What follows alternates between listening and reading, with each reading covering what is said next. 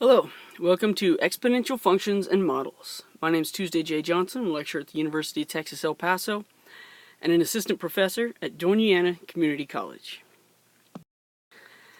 Before we talk about exponential functions, let's look at some laws of exponents. Take a review.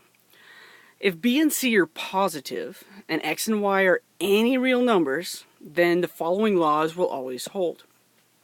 First of all, if you multiply two things with the same base, you're going to add the exponents. If you divide two things with the same base, you subtract the exponents. I like to think of this using the order of operations.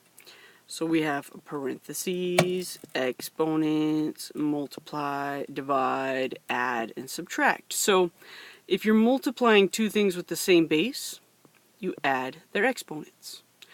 If you're dividing two things with the same base, you subtract their exponents. So the laws of exponents, the exponents are a handy notation for repeated whatever. So repeated multiplication, we use an exponent. Repeated addition, we use multiplication, and so on. So we step down one level in the order of operations. Here we have 1 over b to the x. This is our negative exponent rule. That's b to the negative x. And it'd be really nice if this was all in the same line, but for some reason I didn't think about that before I started recording. But if you have a negative in your exponent, take it across the fraction bar, it becomes positive. And it doesn't matter if your negative exponent is in the denominator, you move it to the numerator, and it becomes positive. An exponent that has a negative is just a direction sign, and the direction is you change it. Take it across the fraction bar, whether you go up or whether you go down, and it changes the sign of the exponent. The zero property says any number other than b, right? B is positive, so b is not 0. So any number other than 0 raised to the 0 power is 1. And here, I'm going to bring you back to the order of operations. B to the x to the power of y, so an exponent raised to an exponent, steps down one level, and you're going to multiply. So you multiply your exponents together. We also have the distributive property of exponents across multiplication, which is way too long of a title. So if you're multiplying two things being raised to the x power, then they're each raised to the x power, b to the x and c to the x. Similarly, if you're dividing two things raised to the same power, then you could do b to the x and c to the x. However, if you are adding two things, maybe b plus c to the x power, notice you're adding two things, there's nothing to step down to, whether you're adding or subtracting. You cannot simplify this. I'm not even going to fill in the blanks for how you might think you simplify it, because it can't be done. So exponents cannot distribute over addition and subtraction, because addition and subtraction don't have anything lower on the order of operations. So that's it. A product all raised to a power, cool, each thing gets the power. A quotient raised to a power, a division raised to a power, no big deal. It's each one gets it. Addition and subtraction don't have a lower step on your order of operations, and so we cannot simplify this at all. Don't forget about that part. Alright, so what is an exponential function? An exponential function has the form f of x equals a times b to the x, where a and b are constants, so they're just some numbers. A can't be 0 because it makes everything 0. And we take b to be positive, right, so it's not negative and it's not 0. We call it strictly positive. But we don't let b equal 1. There are functions of this form where b is negative, but they're not called exponential functions. These are specific conditions under which exponential functions exist. So just like m and b have special roles in linear functions, the a and the b have special roles in exponential functions. The role of a, notice that when x is 0, b to the 0 is 1, since b is positive. 1 times a is a. So when x is 0, my y value becomes a. That means a is the y-intercept of the graph. A is also sometimes called the initial value, an x value of 0, a time value of 0. That's how much we start with. So initial value is something I'll say quite regularly, probably. The role of b. Now, b is the base multiplier. Right? Frequently we'll call it base, and that's why we use b a lot of times, but the full title of it is base multiplier. That tells me if x increases by 1, the next y value, or the next f of x, is multiplied by b. Where in linear functions, we add or subtract the m value to get the next y, and exponential functions, we multiply or divide by b in order to get the next y value. So exponential functions, constant value being multiplied to get our next y value. Let's take a look at this in more detail. So if we have f of x equals 3 times 2 to the x, we could create a table of values. And I'm not going to work too hard. I'm never a big fan of working too hard. I like to work smart. So this 3 tells us the y-intercept is 0, 3. This 2, the b value, the 2, tells me I'm going to multiply by 2 as x goes up by 1. So I start with my y-intercept, and I'm going to increase x by 1. So as x adds 1, each step adds 1, x is increasing by 1. My y values are multiplying by 2. My y values are multiplying by 2. My y values are multiplying by 2. And I could keep saying this, but it's annoying to me as much as it is to you. And don't forget that this is all as x increases by 1, the y value is multiplied by b. But if I went backwards, I would divide by my b value. And so we can still fill in the table of values, and I want to point out, not one single time did I put an x up in here and try to evaluate and do any kind of order of operations or simplifying. I know the y-intercept is 0, 3. I know that as x goes up by 1, my y values are multiplied by 2, my b value. And I can find out an entire table of values just using those ideas. Similarly, if g of x is negative 2 times 1/3 to the x, I'm going to start at 0, negative 2, and put that point in my table, and then I'm going to multiply by 1/3 to get the next y. So negative 2 multiply by a 1/3, that gives me negative 2/3. If I multiply negative 2/3 by a third, I'll get negative 2/9 when x goes up by another 1. Again. And if I multiply by a third to go up, right, x values go up by 1, I'll divide by a third to go down. And what is dividing by a third? Dividing by a third is multiplication by 3. So we always phrase it in terms of multiplication to go forward, do the opposite, division, to go backwards. And we have the entire table of values. Not once did I actually evaluate this function because I know the starting and I know the base multiplier gets me to the next value. Alright, now let's go backwards on that. Now we're given a table and we want to find the exponential equation. Same idea. We know A is our y-intercept. We know B is the base multiplier. So notice how in this table the x values all increase by 1 each time. So that's good. A nice consistent pattern in an x. We need to know how much we multiply or divide by in order to change our y values. Now 0.5, if I have 3 50-cent pieces, right, I have $1.50. If I want to buy 3 sodas on campus, they're $1.50 each, I'll need $4.50. So I multiply by 3 to get the next y value. So for the function given by f of x, it looks like we multiply by 3, so our base multiplier is b equals 3. The y-intercept, always given us an x value of 0, all right, that's our a value, 4.5. This tells me that my function is a 4.5 as my a value, and I multiply by 3 to get the next one. So 4.5, parentheses 3 to the power of x, and I have my exponential equation. Taking a look at g, my x value is still going up by 1 each time, fantastic.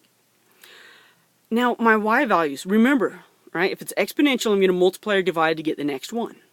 What do I multiply 8 by to get 4? Well, it's half of it. So I divide by 2. But I always want to think in terms of base multiplier. It's not the base divisor, it's the base multiplier.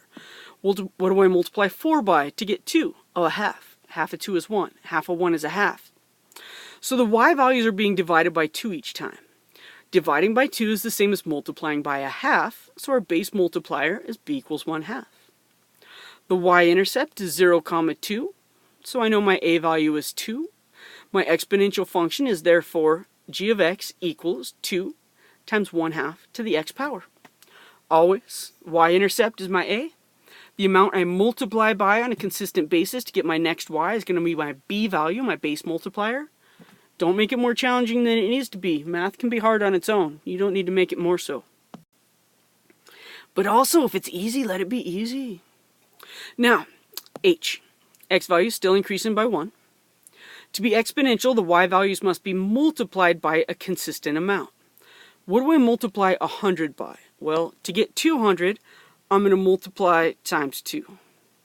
And here I multiply by 2. And here I multiply by not 2. And I don't multiply by 2. It looks like I'm adding 200 there or something crazy. And because there's no consistent amount that we're multiplying by to get my next y value, this is not an exponential function. Sure, it's a function. It's represented numerically in a nice little table of values, but it's not exponential, so it's not part of what we care about in this particular example. Alright, j of x. I want you to give this one a try. Hit pause, see what's going on, give it a try, and then I'll show you the answer. Alright, how'd you do? Did you actually pause? I know, you didn't. Whatever. Anyways, moving on. We know that the a value is given by the y-intercept, so that's 2.7. Now, we only really have an exponential function if there's a consistent amount that we multiply. To get from 0.3 to 0.9, we multiply by 3. 0.9 times 3 is 2.7, times 3 times 3. Everything works out. And I'll be honest, when I did this, I ignored the decimals. I looked at 3 times 3 is 9, 9 times 3 is 27, 27 times 3 is 81, 81 times 3 is 243, and I figured, hey, divide them all by 10, it's the same thing. I'm multiplying by 3 every time. And if I put these two ideas together, j of x is given by 2.7 times 3 to the x power. Easy peasy. Good job. Alright, now we're going to find equations for exponential functions of the form y equals a times b to the x that pass through the given points. We're going to round to 4 decimal places if necessary. This is like, hey, we're given 2 points. Find the slope, find the y-intercept, write the equation. Only this time is, hey, we have 2 points. What's the exponential equation that goes through them? Okay, let's take this a step at a time. Remember, we're given our form right here, y equals a times b to the x. So what I'm going to do is I'm going to use an x value of 2 and a y value of 36 to get 36 equals a times b squared, right? B to the power of 2. I don't know a, I don't know b, but I know this particular x and y. Same thing over here. For an x value of 4 and a y value of 324, I can write the equation 324 equals a times b to the 4th. Now, we know one exponential equation is going through these 2 points. So we know the a and the b on the left side is the same as the a and the b on the right side. So what I'm going to do is first, in the equation with the smaller exponent, I'm going to solve for a. Right now I have 36 equals a times b squared, so I'm going to divide both sides by b squared to get a by itself. Because the a on the left side is the same as the a on the right side. So now I'm going to take what I found and I'm going to put it in over here on the second column. So I'll still have 324, I'll still have equal. But instead of a, I know that a is 36 over b squared. And I still have my b to the 4th. Whether my exponent is outside the parentheses or inside the parentheses, it only goes with b, so it's good either way. Now what I've done is using one representation to solve for a, substituted it into the other one, I now have an equation that's only in b values. I can find b. So I have 324 equals 36b to the 4th over b squared. Keep in mind that b to the 4th over b squared, if you're dividing two things with the same base, you're going to subtract the exponents. 4 minus 2 gives me 324 equals 36b squared. All right, b to the 4th over b squared gives me b squared. To get b squared by itself, I'm going to divide both sides by 36. 324 divided by 36 is 9. If 9 equals b squared, I'm going to take the square root of both sides. Square root of 9 is 3. When you take the square root, you have to include the plus or minus. Square root of b squared is b. But then we remember, hey, these are exponential functions. My base is always positive. So I'm only going to use the plus 3. So my b value must be 3. Fantastic. Once you find your b value, go back over here. You already know that b squared is 9. Or you can fill it in here if you want to. If b squared is 9, 36 divided by 9 is 4. My a value is 4. And I have my equation. Y equals 4 times 3 to the x power. And so solve for a in the smaller exponent. Substitute that in for the equation with the larger exponent. Find your b. Once you have b, go back, find a. Write it all together. Now we're given the point 2, negative 4 and the point 4, negative 16. So same thing. I just made this a little bigger, numbered my steps. Negative 4 equals a times b to the power of 2, and negative 16 equals a times b to the power of 4. Step 1. And on the side with the smaller exponent, I'm going to solve for a. So I'm going to divide both sides by b squared. I'll get negative 4 over b squared equals a. Same a value on the left as we have on the right. So where I had an a, I'm going to input the negative 4 over b squared. Negative 16 equals negative 4 over b squared times b to the 4th. Again, multiply. I get negative 4b to the 4th over b squared. If I'm dividing two things with the same base, I subtract their exponents. 4 minus 2 leaves me a b squared. If negative 16 equals negative 4b squared, let's divide both sides by negative 4. And I get b squared equals 4. Take the square root, and I find my b value to be 2.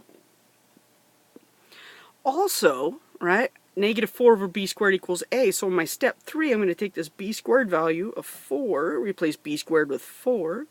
Negative 4 over 4 gives me a negative 1 value for my a. Y equals negative 1 times 2 to the x power.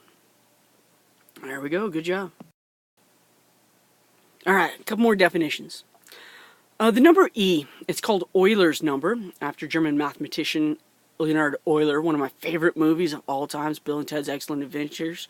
And if you, Bill and Ted's Excellent Adventure, man, I can't even say it right. And if you get to the part where you're looking at the Royal Ugly Dudes, the main Royal Ugly Dude looks exactly like Euler. So check out the movie. It's from 1988, Bill and Ted's Excellent Adventure. I hear they're doing a part 3. Keanu, come through for me, please. Alex Winters, I love you guys. All right, moving on.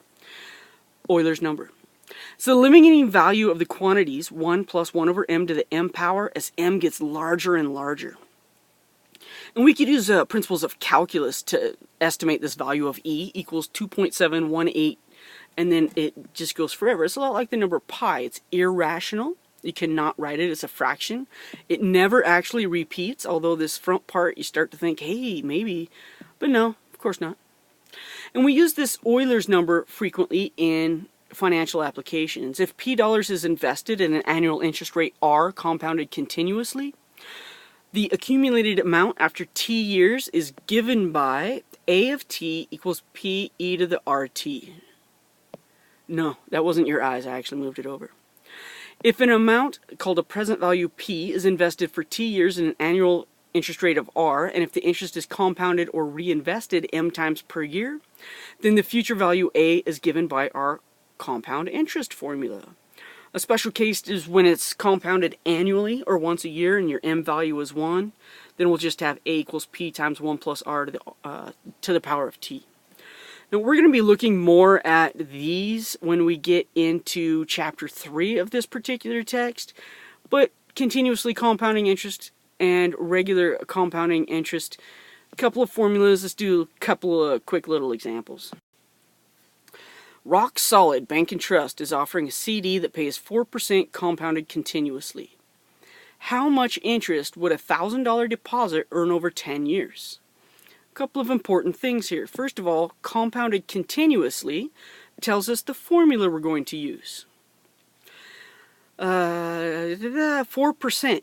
4% tells me my interest rate. 4% always as a decimal because we do the math with a decimal form. The percentage is just so that we can kind of grasp how much that is.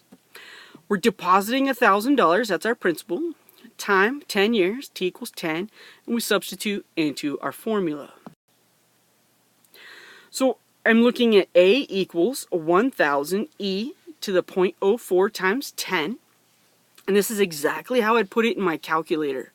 Notice the parentheses. It depends on the calculator you have. If it actually shows this operation in the exponent, you don't have to have the parentheses. But I like to include the parentheses because we don't all use the same type of calculator. So make sure if there's something going on, in this case multiplication, in an exponent, in a denominator, in a numerator, wherever it happens to be, your calculator is not as smart as you. Your calculator only does exactly what it's told. Definitely not a teenager. It does what it's told. But put parentheses around it, and then you're telling it exactly how you want it to compute this. So I put parentheses around my exponent because there's something going on. I put parentheses around a denominator if there's something going on, and so on.